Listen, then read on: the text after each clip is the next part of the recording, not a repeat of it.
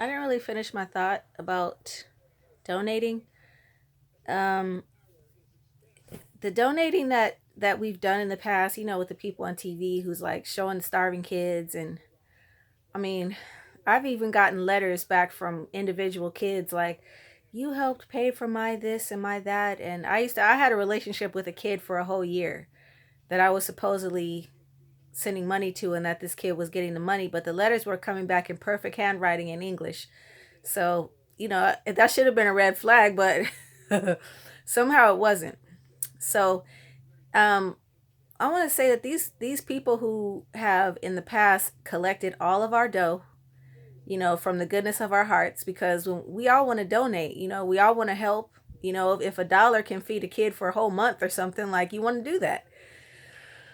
Um, they always allocated the money, and usually it went in their own pockets. But what they'll do, they'll set up shop in that country, and they'll have like a little center, that has their name on it, and then the poor people can come there and get a little pamphlet, some information about something, maybe get a prayer or something, or but it doesn't really help the people.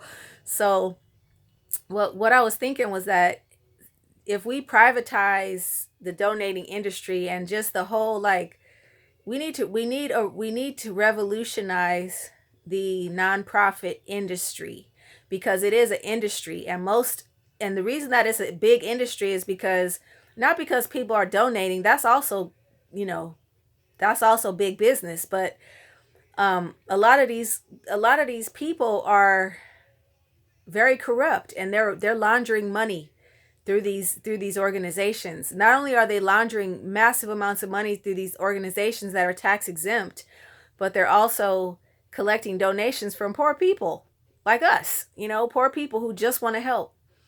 So I want to see a revolution in the nonprofit sector, so that nobody ever again will trust these people, so that we can demand absolute transparency and find out exactly where our dollar went. We have the internet now, so there's no excuse. We need receipts. We need to see, what did you buy, with that money? Like, exactly what did you do for the community with that money? Did you do what you say you were going to do?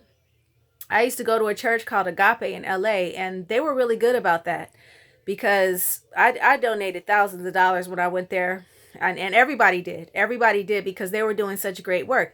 So what they would do, they would show you the before and after. They would be like, this is the space, this is what these people need.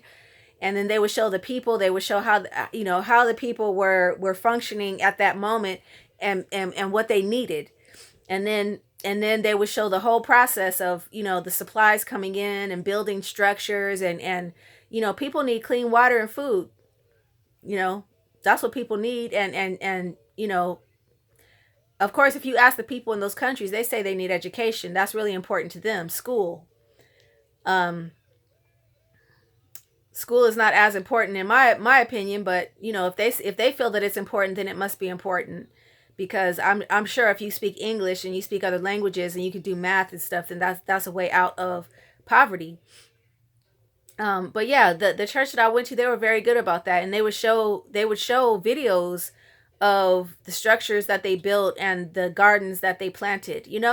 Like, it was actually interactive like that. So I trusted them, and I donated a lot of money to them, and I don't regret that. And they're the only ones that I don't regret donating to. I donated to at least 10 different organizations, big organizations, couple big churches, but that one I don't regret at all.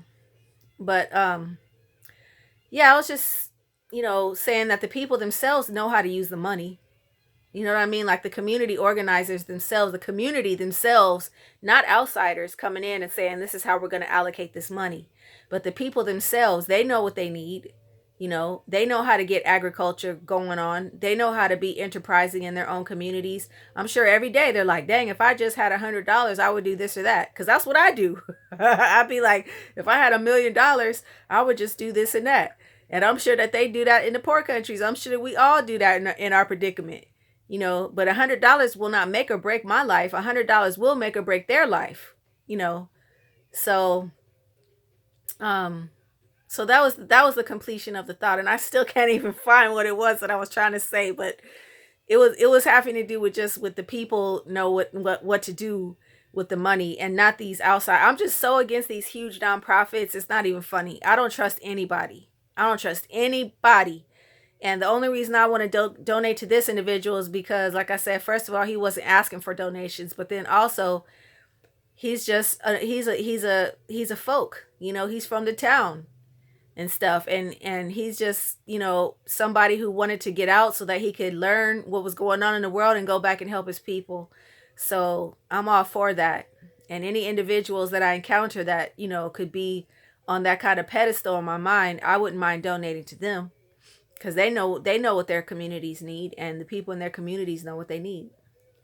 So okay, all right, peace.